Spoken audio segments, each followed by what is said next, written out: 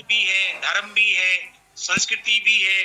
तो पर्यटन अपने आप में एक विषय ना होके बल्कि कई सारे विषयों का एक पूरा का पूरा मिक्स वेजिटेबल्स है।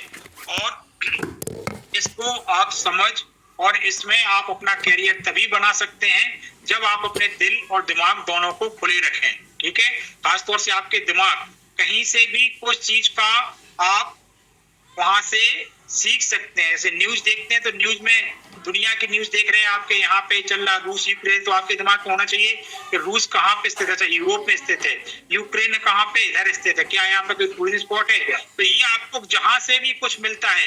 कुछ लोग पहले ट्रेन में देखते थे कि ऊपर ट्रेन के ऊपर पट्टी रहती थी, भाषा देखते थे, ये भाषा की लिपि कौन सी है, ये लिपि गुजराती है, मराठी है, ये महाराष्ट्र से ट्रेन आ रही है, बांग्ला। तो वो पर्यटन एक ऐसा विषय है ये जो कि रोजगार परक होने के साथ साथ एक आपका ज्ञान वर्धन वाला भी विषय है, जिसमें आप अगर चाहें तो अपना नॉलेज ही बहुत ज्यादा एनहेंस कर सकते हैं। जो यंग लोग हैं, अगर आप लोग कंपटीशन की तैयारी करते हैं तो उसमें पर्यटन बहुत बड़ा रोल आप लोगों के साथ प्ले कर सकता है, क्योंकि पर्यटन में बहुत सारी चीजें आपको देखने समझने को मिलेंगी। आपको भूगोल की भी जानकारी, इतिहास की भी जानकारी इत्यादि विषयों का ज्ञान भी पर्यटन से सामान्य रूप में हो जाता है।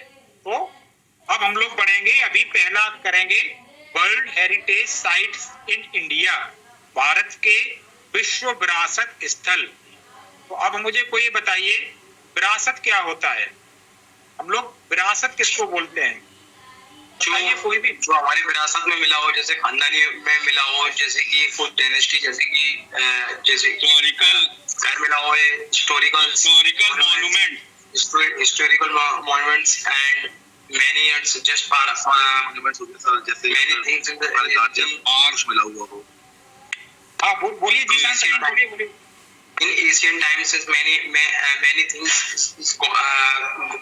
gods, temple, house, buildings, ancient times, the monuments. मैं बताना रहा 80 नंबर रतन खरे। हाँ अभी आप ये जो आप मैं आपसे पूछूंगा, अभी लोग जाइए और लोगों को पता नहीं, जो मुझे पता है आपको आता है, अभी और लोगों को बोल लेने दीजिए। ठीक है जीशान। सद्दाम, आपका माइक खुला। सद्दाम उस्मानी, आप कुछ बोलेंगे? हेरिटेज क्या होता है? विरासत के बारे में पूछा हूँ। विरासत मैंने कुछ नहीं बोला, देश की विरासत, प्रदेश की विरासत, केवल विरासत क्या होता है, इसी से सब कुछ बनता जाएगा। आपका माइक खुला था इसलिए बोल रहा हूँ। सद्दाम उस्मानी, या तो माइक ऑफ कर लो। ठीक है, 136 विकास सेंगर। सर एक्चुअली ये विरासत मीन सर इस तरह से होता है, जैसे हमें ताजमहल का ले सकते हैं, अजंता केव्स ले सकते हैं, या फिर जितना आगरा फोर्ट्स है, ये सारे हमें एक विरासत में मिले हैं। मीन्स कि ये हमारे सामने नहीं बने, जब हमने बर्थ किया या हमें बर्थ लिया उस समय ऑलरेडी प्रेजेंट थे, तो हम इस तरह को इसको विरासत में काउंट कर सकते हैं, क्योंकि हमने इंडिया में बर्थ लिया है तो इंडिया में हमें ऑलरेडी एक्सिस्ट मिले हैं।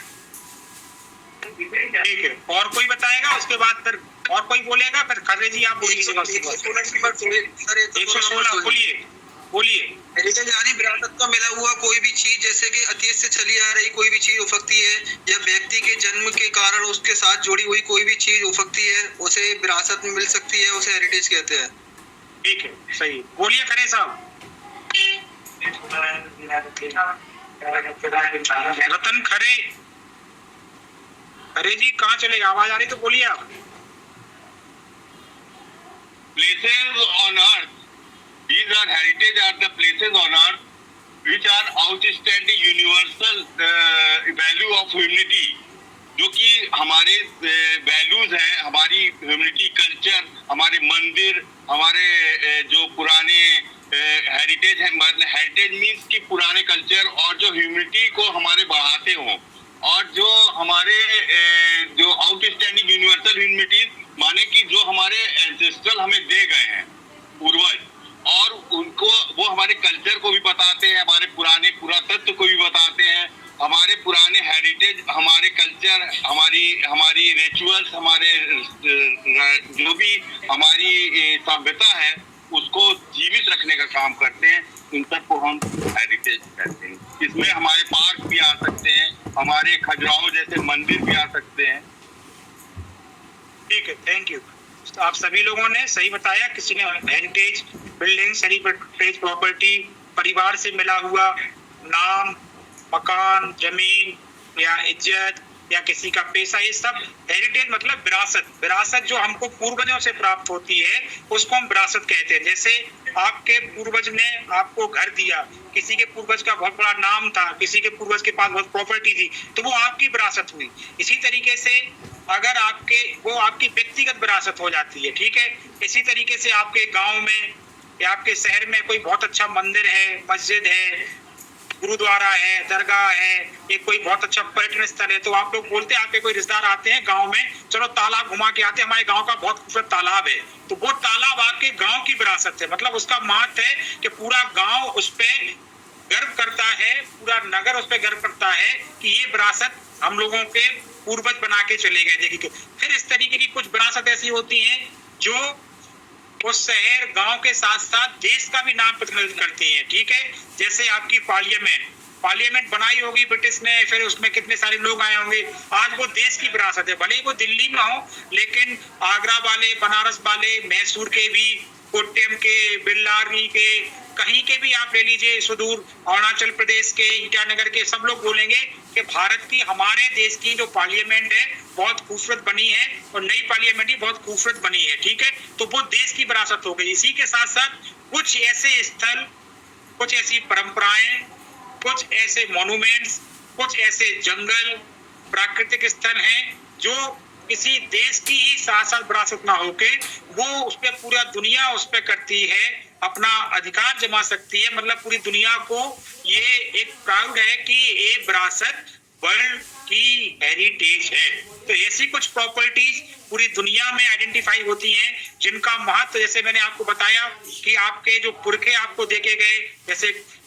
जैसे कुछ बहुओं की सास उनको गहने देके जाती हैं, कुछ के बेटों के पिताजी उनको जमीन देके जाते हैं, तो उनको गर्व होता है कि हमारे पूर्वज हमको ये देके गए, तो वो आपकी पर्सनल प्रॉपर्टी हुई। लेकिन आपको उस पर गर्व है, विरासत आपकी है, आप लोग उसको सहेज के रखते हैं, संभाल के रखते हैं। इसी तरीके से गांव, शहर, कोई गांव में बहुत अच्छा पुराना पेड़ है तो आप लोग कहते हैं देखो गांव की पहचान भैया हमारे इस पेड़ से है, इस मंदिर से है, इस किले से है, इस खंडर से है, हमारे गांव की विरासत है, हमारे देश की विरासत है। इसी तरीके से दुनिया में कुछ ऐसी प्रॉपर्टीज हैं, वो आपकी चाहे नेचुरल हो या मैन मेड हो। मैम ने आपको बताया होगा टूरिज्म प्रोडक्ट में मैन मेड भी, नेचुरल भी, चाहे वो मिक्स्ड प्रॉपर्टी हो। तो ये कुछ प्रॉपर्टीज ऐसी हैं जो एक किसी को उस पे वो ना हो कि पूरी दुनिया उस पे, एक किस्म का पूरी दुनिया को अभिमान है कि नहीं, हमारे पृथ्वी पे किसी ना किसी देश में ऐसी एक वस्तु है जिसको हम विरासत के रूप में स्वीकार करते हैं और इस पे पूरी विश्व का विरासत है। तो इसलिए इस विरासत के होने से पूरा विश्व गौरवान्वित है। अब जो आपकी पर्सनल विरासत है उसको आप लोगों ने डिक्लेयर कर दिया, ठीक है ना। जो आपके गांव की विरासत है गांव वालों ने बोल दिया, जो आपके देश की विरासत है उसको आप लोगों ने, सरकार ने बता दिया। अब विश्व की विरासत को कौन घोषित करेगा, ठीक है, कोई ना कोई तो होना चाहिए। जैसे आप बोले कि भाई हमारे यहाँ तो बहुत अच्छी बिल्डिंग है, इसको पूरे विश्व विरासत होना चाहिए, तो उसका कोई एक निर्धारण होगा। जैसे आप कोई बहुत ज्यादा पढ़े लिखे हों और आप कहें कि हमको टीचिंग की नौकरी दे दें, तो उसके लिए कुछ क्राइटेरिया है, पैरामीटर है कि आपको बीएड किया होना चाहिए, आपको बीटीसी होना चाहिए, आपको पीएचडी होना चाहिए, तभी तो आप शिक्षक बन पाएंगे, भले ही आपके पास इतना नॉलेज हो। ऐसा ही है कि नहीं है, ठीक है। इसी तरीके से जब आपका कोई विरासत स्थल विश्व विरासत है तो उसको कोई ना कोई ऐसी संस्था होगी जो उसको दर्जा देगी कि उसकी मान्यता पूरे वर्ल्ड वाइड होगी, पूरा विश्व उसको एक्सेप्ट करेगा कि यदि इन्होंने, भाई साहब ने कह दिया है, यदि आपको किसी कॉलेज ने, यूनिवर्सिटी ने डिग्री दे दी है आपको एमए की, तो पूरी दुनिया मानेगी कि अब आप पढ़ा स्नातक हैं संबंधित विषय में। यदि अगर नहीं तो आप कहते रहिए अरे भैया हमको बहुत उर्दू आती है, बहुत संस्कृत आती है, हमारे सामने कोई एमए का बच्चा नहीं टिक पाएगा, भले ही ना टिक पाए, लेकिन आपके पास डिग्री नहीं है, ठीक है, तो आपका एक्सेप्टेंस नहीं है, आपकी स्वीकारता नहीं है। स्वीकारता उसकी होगी जिसके पास एक किसी का टैग हो। तो इसी तरीके से संयुक्त राष्ट्र संघ की एक संस्था है, संयुक्त राष्ट्र संघ की एक संस्था है जिसका नाम है, क्या नाम है खरे साहब, क्या नाम है जो वर्ल्ड हेरिटेज साइट्स का डिक्लेयर कर, यूनेस्को, यूनेस्को 1 2 3, ठीक है, यूनेस्को यूनेस्को यूनाइटेड हाँ, और ये हेडक्वार्टर पेरिस में है। पेरिस में हेडक्वार्टर है एफिल टावर के पास, मॉन्ट्रियल। ठीक है। मैं बता रहा हूँ, एक संस्था है संयुक्त राष्ट्र संघ की, क्योंकि संयुक्त राष्ट्र संघ पूरी दुनिया में सबसे बड़ी ऑर्गेनाइजेशन है। सभी देशों को उसके बहुत सारी बॉडीज हैं, उसकी सुरक्षा परिषद है, यूनेस्को है, UNWTO है, वर्ल्ड बैंक है, ठीक है, बहुत यूनाइटेड सारी nation education scientific and cultural education organization. हाँ, ठीक है, मैं आपको उसके बारे में बताता हूँ। तो UN ने ऐसी बहुत सारी संस्थाएं हैं जो पूरी दुनिया में अलग अलग उनका काम है। जैसे अगर कोई देश गरीब है और उसको फंड की जरूरत है तो उसको वर्ल्ड बैंक लोन देता है, ठीक है। किसी को फ्लाइट वगैरह वो है तो उसका इकाऊ है, किसी देश की सुरक्षा परिषद है। संयुक्त राष्ट्र संघ एक ऐसी बॉडी है जो पूरे विश्व स्तर पे काम करती है, जिसका कार्य क्षेत्र पूरी दुनिया के देश हैं। इसी की ही एक संस्था है यूनेस्को, ठीक है, जिसका पूरा नाम है united nations educational scientific and cultural organization. ये भी आपका टूरिज्म ऑर्गेनाइजेशन का ही एक पार्ट है, ठीक है। और इसकी स्थापना आप लोग अब इसके बारे में हमको ज्यादा, अब आप जो भी कहेगा इसके नोट दे दो, तो इसके नोट्स मांगना आप लोगों के लिए भी कमजोरी है और हमको हमें देना मतलब आपका कमजोर करना है। यूनाइटेड नेशन यूनेस्को आपको कहीं मिल जाएगा। वर्ल्ड हेरिटेज साइट आज के जमाने में गूगल पे आप डालिएगा। और मैं एक और चीज आपको बता दूं, विकिपीडिया से आप लोग नॉलेज लीजिएगा, कोई परेशानी नहीं है, लेकिन एक बार आप उसकी जो आधिकारिक वेबसाइट है, ऑफिशियल वेबसाइट है किसी भी चीज की, IRCTC की, टूरिज्म डिपार्टमेंट की, यूनेस्को की, आप उसको भी विजिट किया कीजिए, तब आपको इसके बारे में और विस्तृत बारे में आपको जानकारी वहां से प्राप्त हो जाएगी। और सटीक उसको बोल सकते हैं, सही, और जितनी आपको जानकारी चाहिए पूरी आपको उसकी आधिकारिक वेबसाइट पे मिल जाएगी। तो मैं आपको ब्रीफली यूनेस्को के बारे में बता देता हूं। यूनेस्को का पूरा नाम है united nations educational scientific cultural organization. जैसा इसकी नाम से विदित है, यूनाइटेड नेशंस का नाम पहले आ गया, उसके बाद एजुकेशनल मतलब शैक्षणिक, साइंटिफिक माने वैज्ञानिक, कल्चरल माने सांस्कृतिक। पूरे दुनिया में शैक्षणिक, वैज्ञानिक और सांस्कृतिक कार्यक्रमों को बढ़ावा देने, उनका संरक्षण करने, उनका प्रचार प्रसार करने के लिए सरकारी स्तर पर जो संस्था है, जिसके नियम कानून लगभग सभी देश सरकारी स्तर पे मानते हैं, उस संस्था का नाम है यूनेस्को। और यूनेस्को ही वो संस्था है जो वर्ल्ड हेरिटेज साइट्स का दर्जा प्रदान करती है। यूनेस्को की वेबसाइट आप लोग विजिट कीजिए, आपको वहां पे दुनिया भर की आपको वर्ल्ड हेरिटेज साइट्स मिलेंगी। पूरी दुनिया में कितनी साइट्स हैं। और अब इसका हेडक्वार्टर पेरिस में है, एफिल टावर के पास। हेडक्वार्टर पेरिस में है, एफिल टावर के पास, ठीक है। तो इसका ये जो बता रहे हैं अरे साहब, इसका हेडक्वार्टर पेरिस में है। हेडक्वार्टर सबका याद कर लीजिए। इसकी स्थापना संयुक्त राष्ट्र संघ की स्थापना के लगभग साथ ही हुई है 1945 16 नवंबर। भारत इसका सदस्य बहुत पहले बन गया था, लगभग 75 साल पहले भारत का सदस्य बन गया था।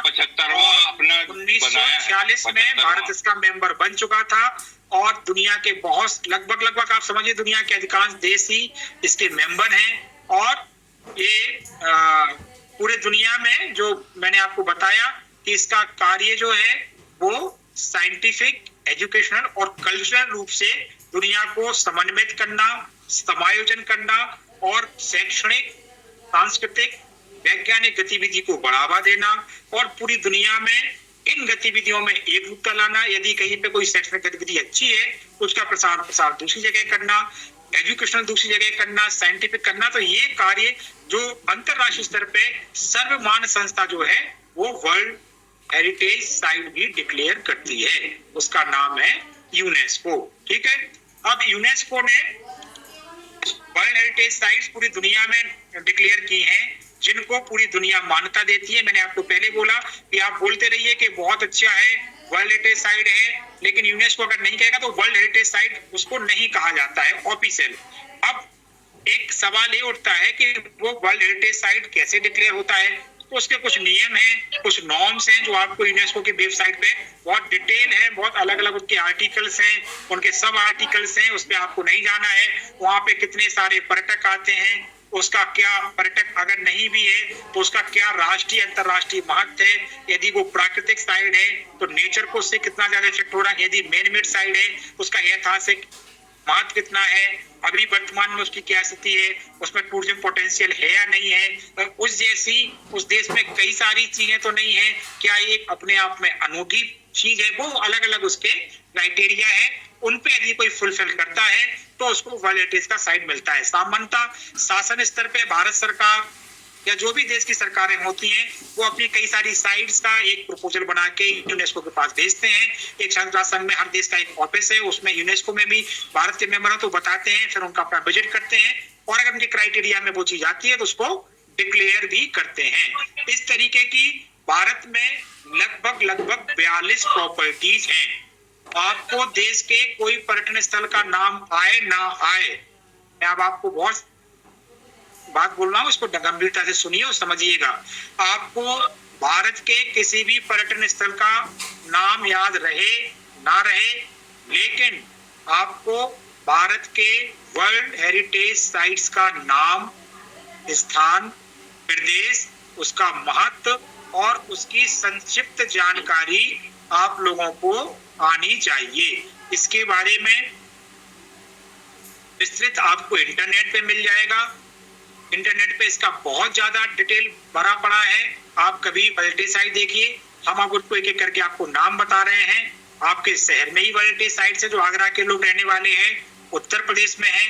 भारत में ऐसी 42 प्रॉपर्टीज हैं। इनमें इन प्रॉपर्टीज को दो तरीके से मुक्ता बांटा गया है। एक वही टूरिज्म प्रोडक्ट जो होते हैं, एक मैन मेड जो होती हैं और एक आपकी जो होती है उनका नाम अलग अलग होगा। सांस्कृतिक साइट्स हो सकती हैं या मानव निर्मित हैं या प्राकृतिक हैं, आप उसके डीपली में मत जाइए। आप तो ये समझिए कि जो इंसानों द्वारा बनाई होंगी, मैन मेड होंगी या नेचुरल्स होंगी। भारत में ऐसी 7-8 नेचुरल साइट्स हैं जो वर्ल्ड हेरिटेज साइट्स हैं और कुछ ऐसी साइट्स हैं जो मैन मेड्स हैं, उनको वर्ल्ड हेरिटेज साइट्स हम लोग कहते हैं, जिसकी प्रॉपर एक लिस्ट है। और ये कब बनी, कहाँ बनी, किस तरीके की हैं, मैं आपको एक एक करके बताता जा रहा हूँ। इनका आप सुनते जाइए। मैं आपको अभी लगभग 42 वर्ल्ड हेरिटेज साइट्स के बारे में आपको बता रहा हूँ।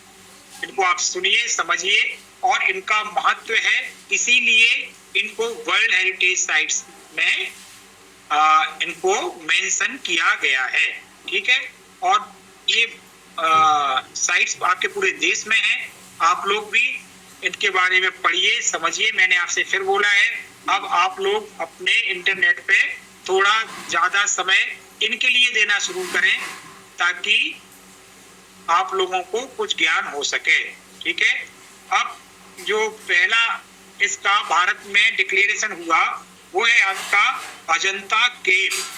ठीक है, अजंता में ना एलिफेंट से अलग है भैया, तो सुन लीजिए फिर बोलिए, जो बोल रहा है बोलिए, फिर पूरी आपको जो जो आती है वो बोलिए, नहीं तो पहले आप सुन लीजिए। ठीक है, पहले आप सुन लीजिए और जब आपको लगे कि आपको उसमें बोलना है भी, हम आपको मौका देंगे, तब आप बोलिएगा। अभी मैं आपको एक एक करके आपको उनका नाम बता रहा हूँ, आप उनका नाम सुन लीजिए, उनका कब वो डिक्लेयर हुई और किस प्रदेश में स्थित हैं और उनका संक्षिप्त में मैं आपको बात बता रहा हूँ, आप उनको सुन लीजिए। यदि आप लोगों में से कोई महाराष्ट्र गया हो, स्पेशली औरंगाबाद जनपद में गया हो, तो वहाँ पे दो गुफाएं वहाँ पे प्रमुख साइट्स का नाम आता है। एक आता अजंता और एक आता है एलोरा। अजंता और एलोरा अलग अलग जगह हैं और अजंता और एलोरा का दोनों का महत्व भी अलग अलग है। अजंता महाराष्ट्र के औरंगाबाद जनपद में सादरी पहाड़ी के बीच में है। जिस तरीके से यू शेप होता है या घोड़े की नाल जिसको बोलते हैं, उस शेप की गुफाएं हैं। और स्पेशली यहाँ पे अजंता फेमस फॉर पेंटिंग्स। यहाँ पे जो पेंटिंग्स है, ये पेंटिंग्स लगभग 1000-1200 साल पुरानी है। कुछ पेंटिंग्स 15-16 साल पुरानी है। इनके कलर सारे के सारे प्राकृतिक कलर हैं। बुद्ध जातक कथाएं, जो गौतम बुद्ध आगे बुद्ध संकट पढ़ाएंगे तो बताएंगे जातक कथाएं, कुछ हिंदुज्म टेक्स्ट, हिंदुज्म की पौराणिक कथाएं, जैनिज्म, इनकी बहुत सारी पेंटिंग्स बनी हुई हैं, जिसमें कुछ पेंटिंग्स तो आपकी 1500 साल 1600 साल पुरानी है।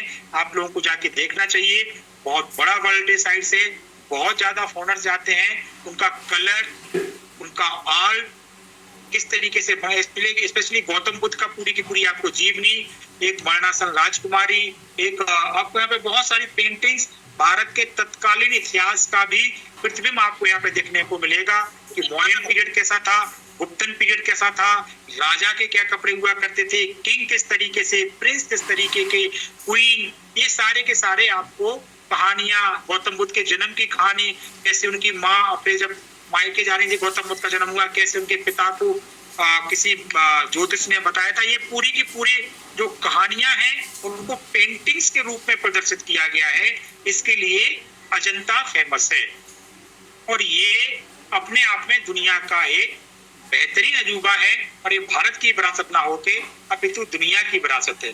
उसके बाद दूसरा है एलोरा। एलोरा, आप में से ऐसा कोई है जो एलोरा गया हो? कोई है जो एलोरा गया हो? 1 2 3 सर मैं गया हूँ। क्या नाम है आपका? 1 सुनील कुमार। सुनील कुमार, एलोरा में आप गए हैं तो एलोरा के बारे में 2 मिनट में संक्षेप में बताइए। तो एलोरा में वहाँ पे बुद्ध गुफाएं भी हैं, वहाँ पे जैन गुफाएं भी हैं, हिंदू गुफाएं भी हैं। तो जो सबसे जो फेमस वहाँ पे वो कैलाश टेम्पल है और एक ही पत्थर को काट के बनाया हुआ है और उसमें बहुत सारा डिटेल है क्योंकि उसमें रामायण से लिया गया है, महाभारत से भी लिया गया है और जो विष्णु के अवतार हैं वो वहाँ पर हैं और शिवलिंग वगैरह, मतलब काफी कुछ है वहाँ पे अगर देखेंगे तो। हालांकि वो जो आदमी अगर पहली बार जाएगा उसको उतना क्लियर वो दिखाई नहीं देगा। जिस आदमी को थोड़ी बहुत भी नॉलेज होगी तो वो पहचान पाएगा क्योंकि चेहरे वेहरे उतने ज्यादा क्लियर नहीं है क्योंकि इस समय थोड़ा सा काफी पुराना भी है वो।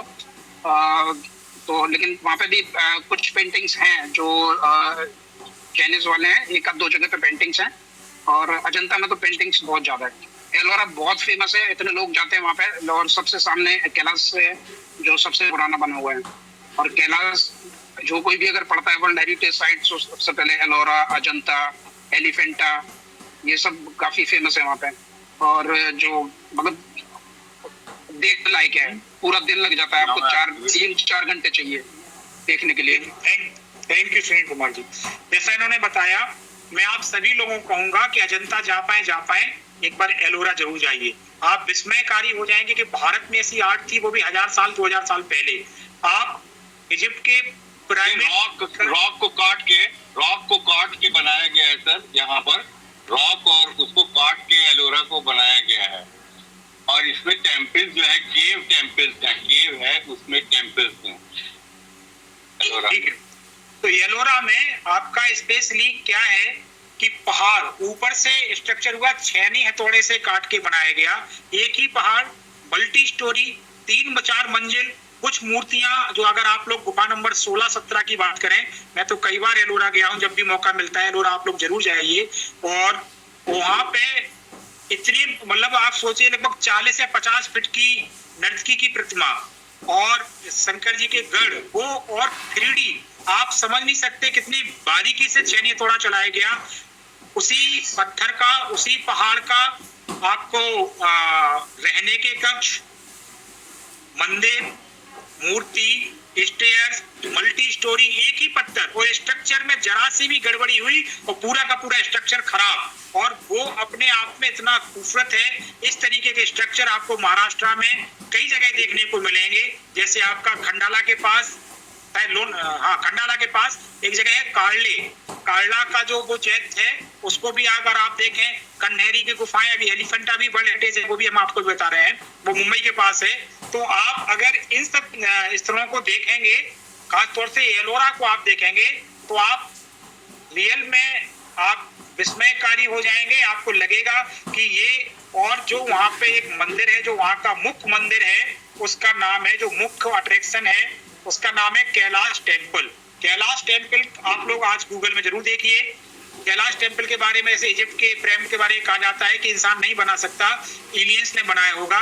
इस तरीके से उसके बारे में इस तरीके से दंत कथाएं होती हैं, क्योंकि लगभग जितना ताजमहल का एरिया है, अंदर वाला एरिया गेट से घुसने के बाद, इतने ही बड़े एरिया को केवल पत्थर से, एक ही पत्थर है, एक ही चट्टाने ऊपर से काट के इतना बेहतरीन स्ट्रक्चर बनाया गया है कि उसकी बालकनी के बराबर दुनिया में अभी तक कोई भी रॉक कट बालकनी नहीं है। उसमें बालकनी, मल्टी स्टोरेज बिल्डिंग और शंकर जी शिवलिंग और भी विष्णु जी के दशावतार की मूर्तियां, गंगा यमुना सारी मूर्तियां और हिंदुइज्म के टेक्स्ट, पंचतंत्र की कथाएं, जो पंचतंत्र में आप लोग कथाएं पढ़ते हैं कि एक बंदर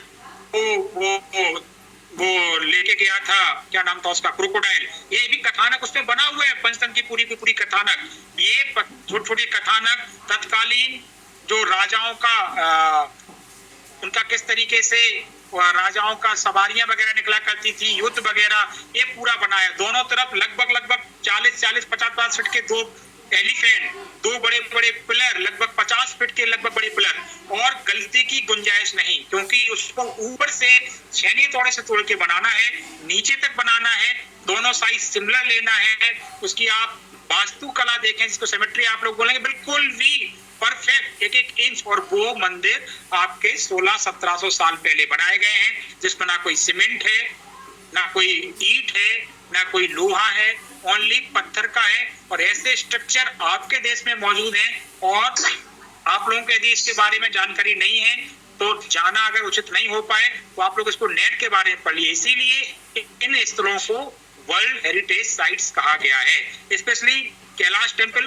गुफा नंबर 17-18, कुछ वहां पे जैन टेम्पल्स भी हैं, बुद्धिज्म टेम्पल्स भी हैं कई, और वो अपने आप में, मुझे तो भारत में सबसे बेहतरीन यदि कोई वर्ल्ड हेरिटेज साइट लगती है तो एलोरा है, क्योंकि आज से लगभग 1700-1800 साल पहले क्या आर्ट थी कि एक ही पत्थर को काट के बनाना, एक ही पत्थर, उसमें कहीं ज्वाइंट नहीं होना है, ना कहीं गलती की भी गुंजाइश है, सिंगल रॉक कट है और बेहतरीन आर्किटेक्ट है।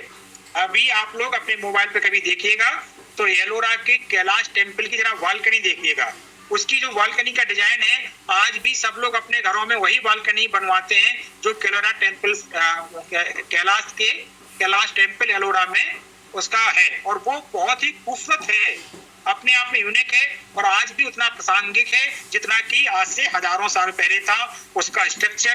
पहले तो वो, और क्योंकि यदि ये सुनील जी गए होंगे वहां पे कैलाश टेम्पल में, यदि आपने छत पे देखा होगा, कहीं छत पे पेंटिंग्स भी हैं, मंदिर पे जो कलर पे फूल पत्तियों की पेंटिंग्स, कहते हैं कि उसमें जब जी सर आग लगा दी गई थी, स्पेशली जब बहमनी राज वगैरह हुआ और जब गोलकुंडा के किलों पे जब आक्रमण हुआ, स्पेशली खिलजी के समय पे, तो उन टेम्पल्स को कई बार उनमें तो वो पूरी की पूरी पेंटिंग्स वगैरह तो वहां पे अब एलोरा में नहीं है, पत्थर जल ही नहीं सकता है, तो पत्थर ही केवल बचा हुआ है, लेकिन वो जो है वो अपने आप में यूनिक है, इसीलिए वो वर्ल्ड हेरिटेज साइट्स है। मेरा आप सभी लोगों से एक बार वो रहेगा, पर्यटन प्रेमियों से, और जो भी आपके पास टूरिस्ट आए, श्योर आपके पास जो भी टूरिस्ट आते हैं वो आपसे जरूर पूछेंगे कि भारत में और क्या क्या घूमने के स्थल हैं, तो आप उनको बहुत सारी चीजें बता सकते हैं, और आप उस पर मेंशन एलोरा भी कर सकते हैं, क्योंकि ऐसी आर्ट दुनिया में बहुत कम जगह देखने को मिलती है। जॉर्डन में एक जरूर एक इस तरीके का टेम्पल्स है जो रॉक कट है, लेकिन उसका स्ट्रक्चर इतना बड़ा नहीं है, दुनिया में केवल जॉर्डन में एक मिलता है, उसका स्ट्रक्चर केवल उसका गेट में ही खूबसूरत बना हुआ है, लेकिन इतना बृहद स्तर पे और इतना महीन कार्विंग काम वहां भी नहीं हुआ है जो भारत में हुआ है, स्पेशली महाराष्ट्र में जो आपका है जो गुफा मंदिर है। इसके बाद जो तीसरा वर्ल्ड हेरिटेज साइट्स है वो है आपका आगरा फोर्ट। आगरा फोर्ट भी अपने आप में भारत का जो, अभी आप लोगों को किला इसमें है, किलों के बारे में हम बताएंगे। आगरा फोर्ट विश्व विरासत है। आगरा फोर्ट पे हम इसलिए ज्यादा चर्चा नहीं कर रहे हैं क्योंकि एक दिन पूरी क्लास ही आगरा पे है, उस दिन आगरा फोर्ट और ताजमहल पे चर्चा करेंगे। आगरा फोर्ट, अजंता, एलोरा, ये सब 1983 में इनको टैग दिया गया। फोर्थ है ताजमहल, ताजमहल उत्तर प्रदेश में है, और ये भी आपकी 17वीं सदी की बेहतरीन स्थापत्य है। इसके बारे में भी हम लोग अभी चर्चा नहीं करेंगे क्योंकि एक दिन पूरा आगरा पे ही क्लास है, उस दिन आप लोग ताजमहल और रेड फोर्ट के बारे में जितना बोलना हो बोलिएगा, विस्तृत डिटेल आप ही लोगों से पूछेंगे उसके बारे में। उसके बाद आपका जो साइट्स है Ajanta, Ellora, Agra fort, Taj Mahal, sun temple. Sun temple कहाँ पर स्थित है? सन टेम्पल उड़ीसा, ठीक है।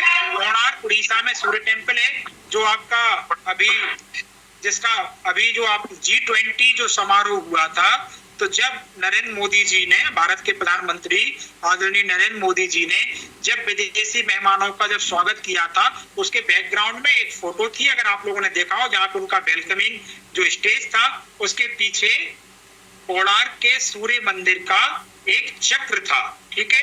कोणार्क, अगर आप लोगों में से कोई गए भी होंगे कोणार्क, सुनील कुमार जी गए हैं कोणार्क सन टेम्पल, अगर किसी ने देखा हो, कोई उड़ीसा गया हो, गया है तो उड़ीसा सर गया था, मैं काफी टाइम पहले गया था। हाँ, आपने देखा है सन टेम्पल्स, देखा आपने? जी जी सर। हाँ, तो अभी ये लगभग पूरा का पूरा ध्वस्त हो चुका है, इसका केवल प्लेटफॉर्म ही बचा है और एक आगे केवल स्ट्रक्चर बचा है। इसको भी आक्रमणकारियों ने लगभग पूरा की पूरी तरह डिस्ट्रॉय कर दिया, तोड़ दिया। और ये मंदिर अपने आप में सूर्य को समर्पित था, क्योंकि ये अभी आपको इसमें मैम पढ़ाएंगे आगे, टेम्पल आर्किटेक्ट कैसे पहचानते हैं कौन सा टेम्पल किस उसका है, तो आप लोगों को भी धीमे धीमे बताएंगे। सूर्य को समर्पित था, क्योंकि सूर्य की बहुत बड़ी मूर्ति यहाँ से प्राप्त हुई, और पूरा का पूरा मंदिर अभी आपका भग्नावशेष है, उसके ध्वंस अवस्था में है, उसमें कुछ बचा नहीं है वहां पे। और लेकिन उसका जो प्लेटफॉर्म है वो ही इतना खूबसूरत है, उसमें चक्र, एक रथ के आकार का मंदिर बनाया गया है, और उसमें लगता है कि उसके पूरे के पूरे चक्र वो व्यक्ति के जीवन को प्रदर्शित करते हैं। जीशान सलीम, माइक ऑफ करें अपना। और वो व्यक्तित्व किस तरीके से होना चाहिए, समय निदान, ये पूरा का पूरा उससे देखने को मिलता है। वही भी 12वीं सदी में बनाया गया, मतलब अभी हम लोग 21वीं सदी है, तो वो भी 1011 साल पुराना है, और उसका आर्किटेक्ट अपने आप में यूनिक है। उसके बाद आपका महाबलीपुरम मोन्यूमेंट्स जो आपका है, ये आपका तमिलनाडु में है। हाँ, कौन बोल रहा था, बताइए रही, कौन बोल रहे हैं? जी सुनील, ये चेन्नई से 60 किलोमीटर दूर महाबलीपुरम है, महाबलीपुरम, तो वहाँ पे है आप इसको ममल्लापुरम भी बोलते हैं, जो दक्षिण भारत के चोल, चालुक्य, पांड, इन लोगों ने जो वहाँ पे टेम्पल्स बनवाए, ये भी एक पांड डायनेस्टी के द्वारा टेम्पल्स बनवाया गया है, और ये भी एक रथ के आकार में है, चैरियट टेम्पल्स है, और इसमें पांडवों के प्रतीक है, जिसमें आपका जो 5 टेम्पल्स उन्होंने बनवाए गए हैं, वो ये भी वर्ल्ड हेरिटेज साइट है, तमिलनाडु स्थित है। दूसरा आपका आता है इसके बाद वर्ल्ड हेरिटेज में, हमारी लिस्ट चली गई, ठीक है, Kaziranga national park. Kaziranga national park, अभी हम वाइल्ड लाइफ और नेशनल पार्क आपको बताएंगे। नेशनल पार्क मतलब ये नहीं कि कोई ऐसा पार्क है जहाँ पे आप मॉर्निंग वॉक करने जाते हैं। प्राकृतिक जंगल का वह इलाका जो संरक्षित किया गया है जंगली जीव जंतुओं के लिए, कुछ वनस्पतियों के लिए। तो काजीरंगा नेशनल पार्क स्पेशली संरक्षित किया गया है आपके वन हॉर्न राइनो के लिए, एक सींग के गेंडा के लिए। तो इसका मतलब ये नहीं कि केवल वहां पे गेंडे ही होते हैं, क्योंकि उसके ज्यादा बहुतायत वहां पे है, लेकिन वहां पे टाइगर, आपका टाइगर के बाद लेपर्ड, एलिफेंट, हिरन्स, कई सारे स्नेक्स, बहुत सारी प्रजातियां आपको देखने को मिलेंगे। ये तो होंगे आपके मैमल्स, जिसको फ्लोरा एंड फौना बोलेंगे, तो ये तो फौना में आ गए। फ्लोरा में आपको एक विशेष तरीके की घास, एलिफेंट ग्रास जिसको बोलते हैं, जिसकी जो लगभग 10 से 15 फीट तक घास चली जाती है, ऐसी घास आपको असम के काजीरंगा जो ब्रह्मपुत्र का मैदान है वहां पे आपको देखने को मिलेगी। और ये अपने आप में वर्ल्ड हेरिटेज साइट्स है। ये यहाँ का जंगल, यहाँ का प्राकृतिक स्थल इतना ज्यादा विविधतापूर्ण है कि इसको विश्व विरासत का स्थल दिया गया है, नाम उसको टैग दिया गया है। और यहाँ पर ये पार्क आप समझिए छोटे इलाके का नहीं होता, कई 100 स्क्वायर किलोमीटर में ये पार्क फैला रहता है। और लगभग आप समझिए काजीरंगा का तो मुझे लगता है 1800-1900 स्क्वायर किलोमीटर में, वर्ग किलोमीटर में यह पार्क फैला हुआ है, और यह नेचुरल साइट्स में आता है। और यहाँ पे जैसा मैंने आपको बताया टाइगर्स हैं, ठीक है, और लॉयन तो यहाँ पे लॉयन तो केवल भारत में आपके गुजरात में मिलते हैं, गिर में। टाइगर, लेपर्ड, एलिफेंट और भी बहुत सारे जंगली जीव जंतु। उसके बाद आपका दूसरा है मानस वाइल्ड लाइफ सेंचुरी। मानस वाइल्ड लाइफ सेंचुरी ये भी मानस वाइल्ड लाइफ सेंचुरी भी आसाम में है और मानस रिवर के पास है, और ये भी वर्ल्ड हेरिटेज साइट्स है। यहाँ पे भी कई तरीके के आपको Indian water buffalo, tiger, bear, python, बहुत तमाम तरीके की फ्लोरा एंड फौना है। जहाँ की जैव विविधता इतनी ज्यादा है, इसका नेचर के संरक्षण में बहुत ज्यादा महत्व है, इसलिए इसको भी वर्ल्ड हेरिटेज साइट्स का दर्जा दिया गया है। इसके बाद आपका है केवलादेव खाना, इसको नेशनल पार्क बोलते हैं, केवलादेव नेशनल पार्क। ये वर्ल्ड सेंचुरी है। कहाँ पर है, कौन बताएगा इसके बारे में? भरतपुर में है सर। हाँ, भरतपुर है, बताइए। देश कुमार क्या बोल रहे हैं? माइक बोला है सर, भरतपुर में है केवलादेव। हाँ, क्या विशेषता है इसकी? सर वहाँ पर जंगली जानवर, एक तरह की चिड़ियाघर है सर, मतलब बहुत घूमने का इलाका है सर। भाई साहब, चिड़ियाघर, जंगली जानवर, पक्षी सेंचुरी में बहुत फर्क होता है, ठीक है। और कोई बताएगा? ये वर्ल्ड सेंचुरी है। हाँ, वर्ल्ड सेंचुरी ये भरतपुर में है और वर्ल्ड सेंचुरी है, और इवन रशिया से और विदेशों से काफी वर्ड्स वहाँ पे आते हैं और काफी टूरिस्ट वहाँ पे जाते हैं। कई दिन रुकते हैं, 2-3 दिन रुकते हैं वहाँ पे, जो वहाँ पे फोटोग्राफरी के जो शौकीन होते हैं, तो वो लोग वहाँ पे जाते हैं। इवन वहाँ पे बताते हैं लेपर्ड है, लेकिन मुझे नहीं क्या सुना किसी ने लेपर्ड देखा है वहाँ पे, पर हिरन वगैरह तो काफी है, हिरन है और जंगली सुअर वगैरह है और अजगर भी है वहाँ पे।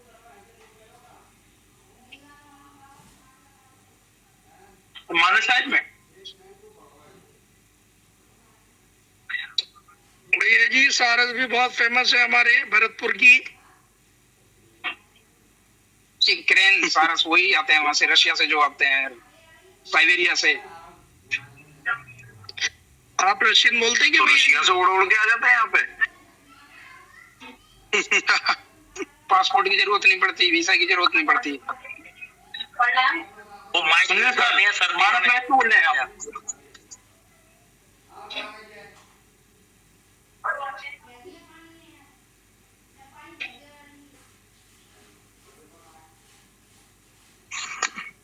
हेलो रतन करेंगे। हेलो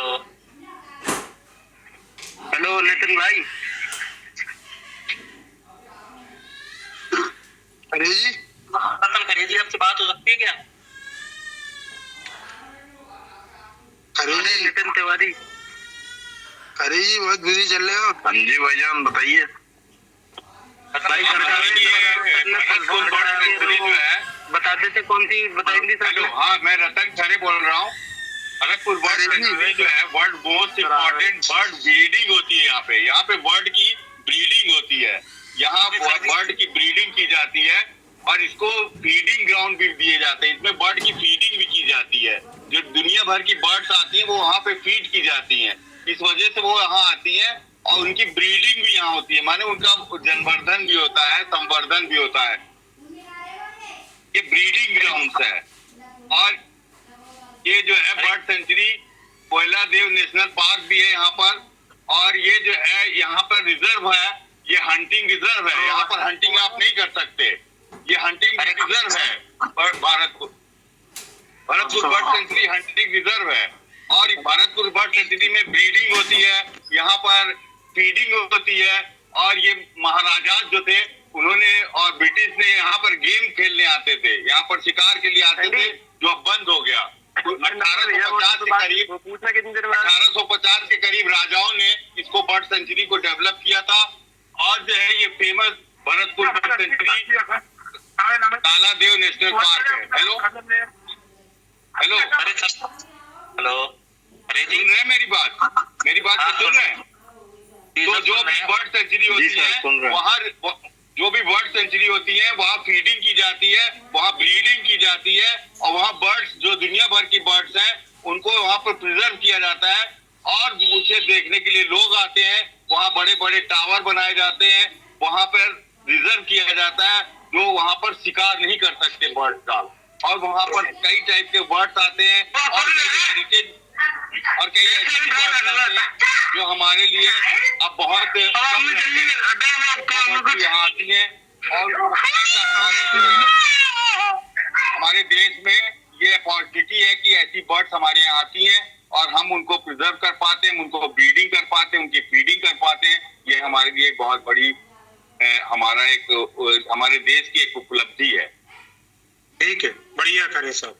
चलिए, आप लोग जो बता रहे थे सही बता रहे थे कि ये भरतपुर में है, और ये बिल्कुल सही बोले कि वहां पे बर्ड्स आती हैं, यहाँ पे ब्रीडिंग करती हैं। यहाँ पे साइबेरियन, स्पेशली आपका जो पूरा का पूरा जो रूस का साइबेरिया का इलाका है, और आपका सेंट्रल एशिया का भी कुछ इलाका जो ठंडा इलाका है, उज्बेकिस्तान वाला, और यहाँ से बहुत सारी मंगोलियन तक से भी बर्ड आती हैं, और ये प्रति वर्ष माइग्रेट होके आती हैं। आप सोचिए, हजारों किलोमीटर दूर उड़ के आती हैं, यहाँ पे रहती हैं, यहाँ पे उनका ब्रीडिंग होती है, यहाँ पे अपने बच्चे, और उनको फिर से ले जाती हैं और फिर से वापस आती हैं। ये पीढ़ी दर पीढ़ी हजारों सालों से आती हैं। लेकिन कभी ये वाली बर्ड्स कुछ आपको संगम में ही मिल जाएंगी, कुछ बनारस में ही मिलेंगी, क्योंकि साइबेरिया में पूरा हो जाता है, और इनका सालों का वही रोड रहता है। साल दर साल केवल वो पक्षी आते हैं, यहाँ पर रहते हैं। और अगर आपको एक साथ बहुत तरीके के साइबेरियन बर्ड, साइबेरियन क्रेन, कई तरीके की स्पीशीज अगर आपको पक्षियों की देखना है, तो आपके लिए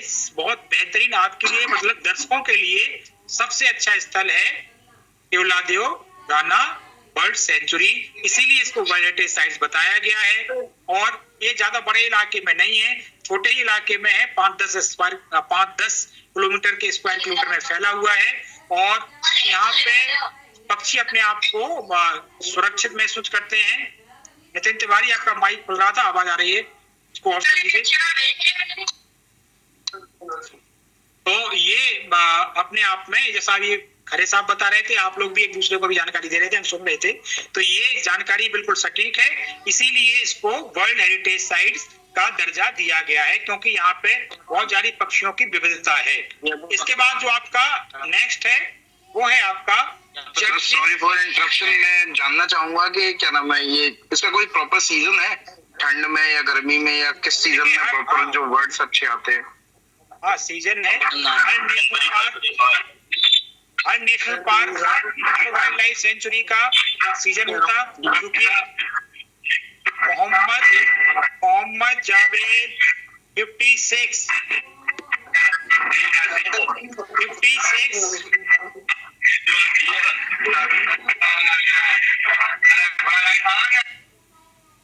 मैंने उन्हें क्लास से निकाल दिया है। अब मुझे बार बार नहीं कहना पड़े, इतनी अच्छी क्लास चलती है, आप लोग बताते हैं। आप लोगों को ये नहीं मालूम होता कि आपका कब माइक खुल गया, कब ऑफ हो गया। अगर खुल भी जाए तो कई लोग शांत रहते हैं, लेकिन खुल जाए तो कुछ लोग अपने दुकान की आवाज, मोहल्ले की आवाज, गली की आवाज, भाई साहब ये सब नहीं सुनवाओ, बड़ी प्यारी आवाजें होती, कभी फुर्सत से सुनेंगे। क्लास में केवल हम लोग अपने आप में बात करें तो बेहतर रहता है। तो इस तरीके का आप लोग खुद कोशिश कीजिए कि हमें सद्दाम हुसैन उस्मानी का माइक यहाँ से डिसेबल करना पड़ा। सद्दाम उस्मानी क्लास में, लेकिन माइक यहाँ से डिसेबल है। हमारे पास पूरे ऑप्शंस हैं आपको रिमूव करने के लिए भी, आपका माइक ऑफ करने के लिए भी, आपका डिसेबल। आप लोगों को मैं तारीफ नहीं कर रहा हूँ, लेकिन आप लोग जितने लोग भी हैं, आपका सर्किट लेवल का 3 बैच हो चुके हैं, 2 बैच और होंगे। आपका सबसे अच्छा बैच आप लोगों का है, जितने आप लोग सब तालीम समझदार लोग हैं। मुझे अभी हम लोग 800 लोकल गाइड भी करा चुके हैं, अयोध्या वगैरह। आप लोगों का जो बैच है, जो अयोध्या का जो यहाँ पे आगरा का एक परसेप्शन बना हुआ है, लेकिन आप लोग सभी लोग बहुत विद्वान हैं। लेकिन इस तरीके के 1-2 लोग हैं जो ज्यादा डिस्टर्ब क्लास में ना किया कीजिए, ये आप लोगों से हमारा अनुरोध है। देखिए, अभी ESC का S तलक 141 आपका ही माइक खुला हुआ है, आप माइक ऑफ कर लें उसे, ठीक है।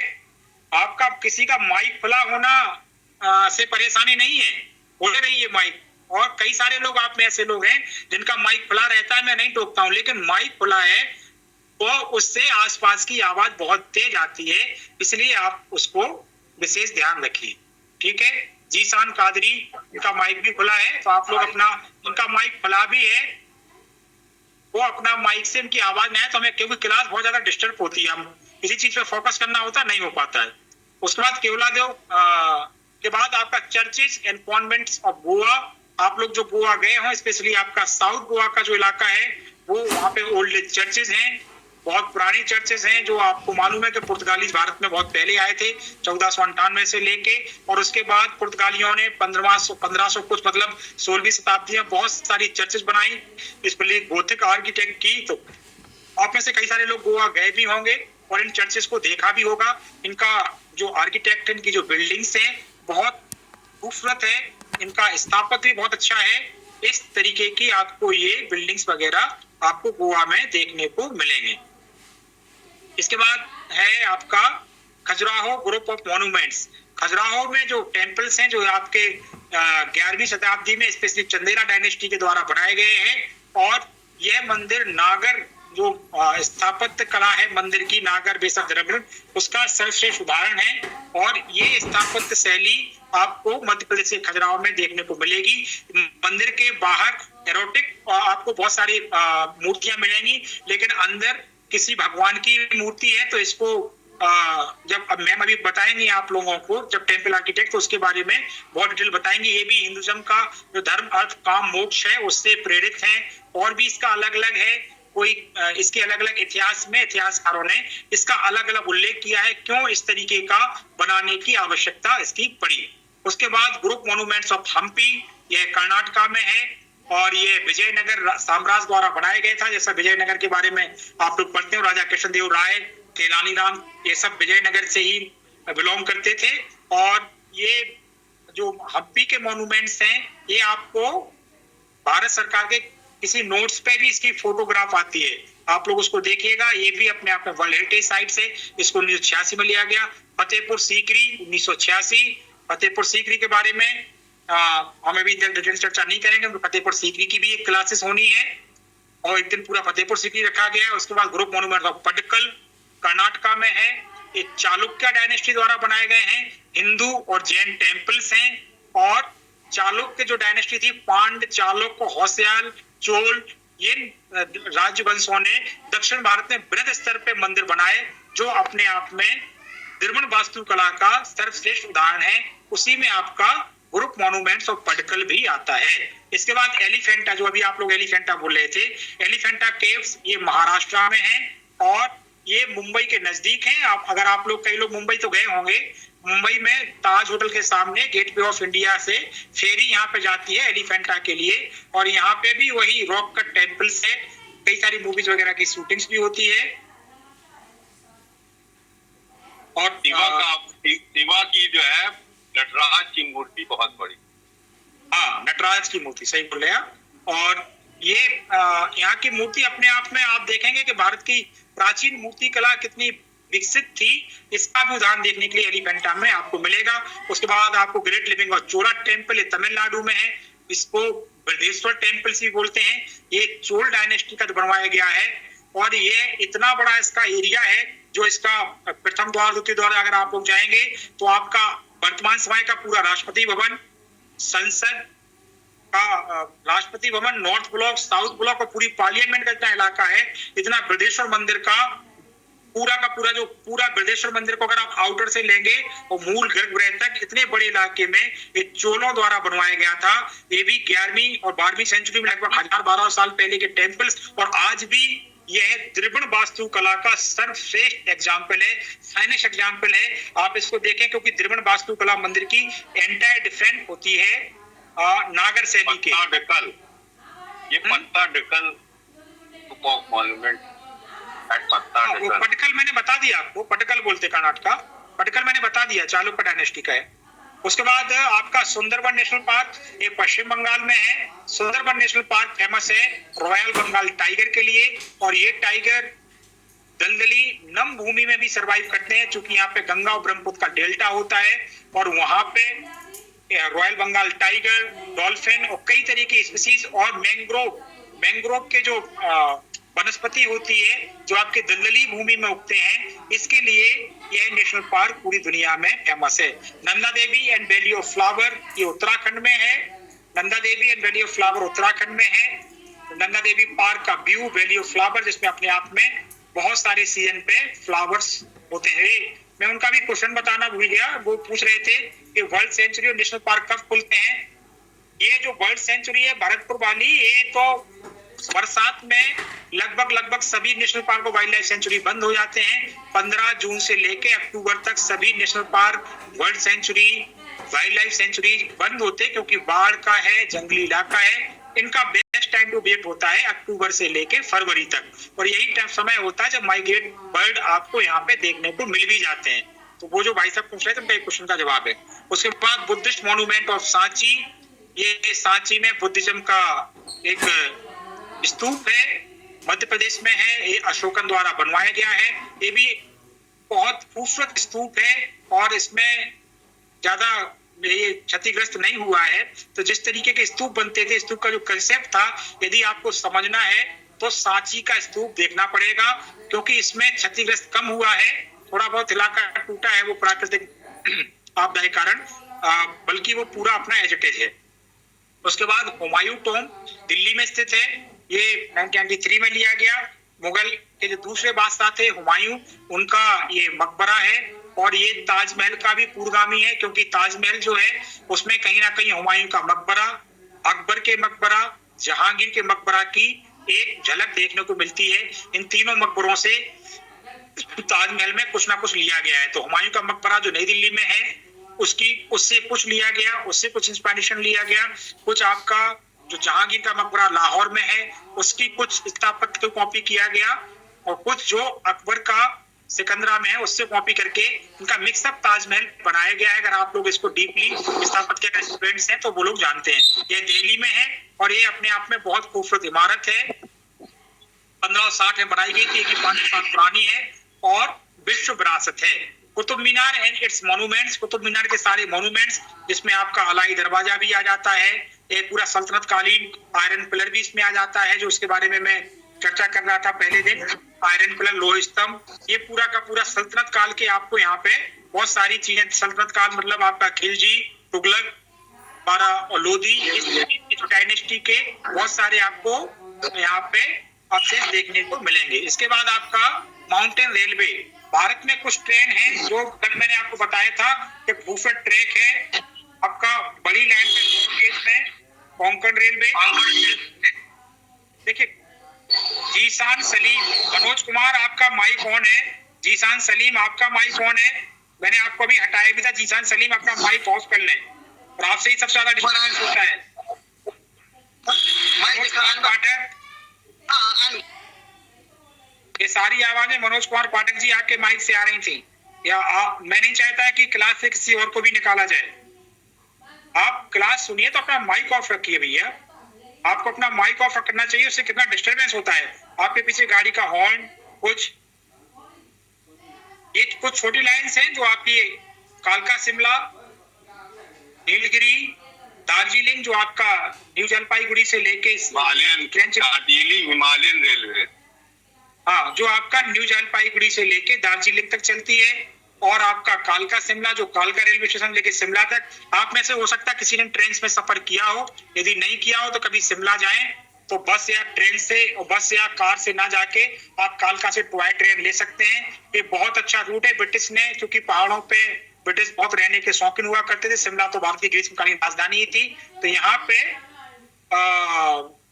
अपने आवागमन के लिए उन्होंने ट्रेन जाना मंजूर किया। लेकिन ट्रेन चूंकि बड़े ट्रेन यहाँ पे जा नहीं पा सकती हैं, तो उन्होंने मीटर गेज और उसके आगे नैरो गेज को उन्होंने बनाया, और उससे ट्रेन को ऊपर तक ले गए, और आज वह पर्यटन का बहुत ही खूबसूरत एक उदाहरण भी है। तो Nilgiri mountain, Nilgiri mountain railway, हाँ, नीलगिरी माउंटेन मैं बता रहा हूँ आपको, नीलगिरी माउंटेन है, कालका शिमला है, दार्जिलिंग है, ठीक है। तो ये कुछ ट्रेन हैं भारत में चलती हैं। तो ये, और उसके बाद महाबोधि टेम्पल बोध गया। महाबोधि टेम्पल्स वही स्थल है जहाँ पे गौतम बुद्ध को ज्ञान की प्राप्ति हुई थी। यहाँ पे बहुत प्राचीन मंदिर है, और ये बोध गया में स्थित है, और कहा जाता है कि इस मंदिर का निर्माण भी 3rd सेंचुरी में अशोकन द्वारा कराया गया था। ये अलेक्जेंडर कनिंघम को थोड़ा खंडर के रूप में मिला था, फिर उसका पुनरुद्धार कराया। उसका ऊपर का शिखर का भाग और कुछ भाग उसके बड़ी बुरी स्थिति में थे, लेकिन ये पूरा का पूरा स्ट्रक्चर अभी सेफ है, सुरक्षित है, और यह भी विश्व विरासत है। यहाँ भी बहुत सारे लोग देखने को आते हैं। रॉक शेल्टर भीमबेटका में आपको बहुत सारी पेंटिंग्स देखने को मिलेंगी। ये मध्य प्रदेश में है। इसके बाद आपका छत्रपति शिवाजी टर्मिनस मुंबई, जो मुंबई का रेलवे स्टेशन है, वो भी अपने आप में वर्ल्ड हेरिटेज है। और आज अब दूसरी क्लास, मैं अभी वो आपको ट्रेवल ऑर्गेनाइजेशन कल बता पाऊंगा, अब मैं थोड़ा जल्दी इनको बताता हूँ। उसके बाद फिर आपका इसके बाद चंपानेर पावागढ़ आर्कियोलॉजिकल पार्क, ये गुजरात में है। रेड फोर्ट दिल्ली, जंतर मंतर दिल्ली, पश्चिमी घाट जिसके बारे में कल बता रहा था भारत के भूगोल में, वेस्टर्न घाट जो आपका भारत का पश्चिमी तटीय इलाका है, जो आपका स्पेशली कर्नाटका, केरला, तमिलनाडु, महाराष्ट्र तक जाता है, महाराष्ट्र से प्रारंभ होके तमिलनाडु तक चला जाता है, लास्ट केरला तक, इसको हम लोग पश्चिमी घाट बोलते हैं। उसके बाद हिल फोर्ट्स, राजस्थान के कुछ हिल फोर्ट्स हैं।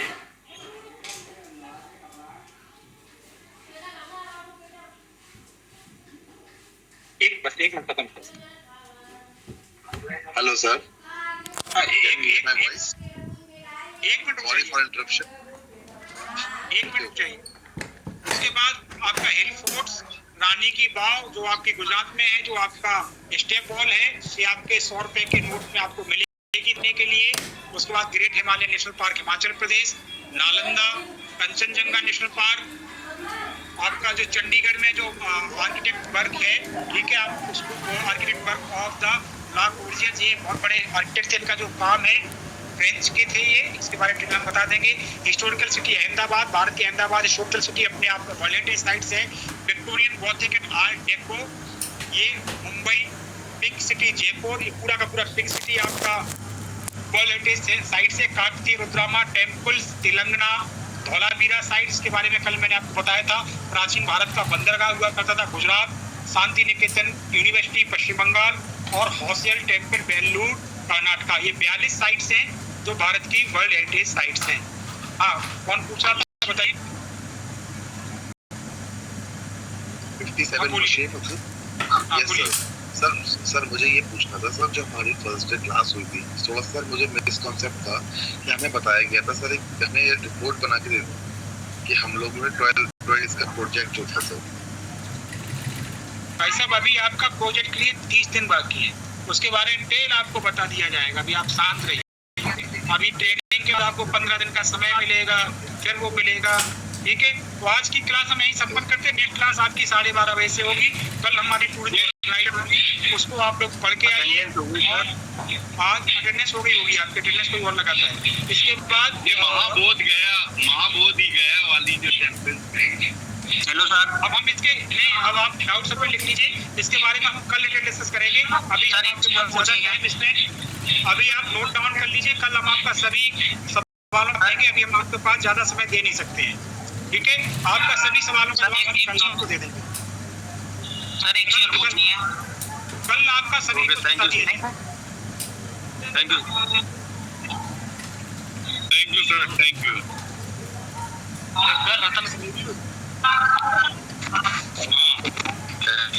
यस सर, आप अपना नंबर दोगे भैया जी। जब सर ये मना करते हैं कि बाद में क्वेश्चन कर लेना, तो बीच में कौन बोलते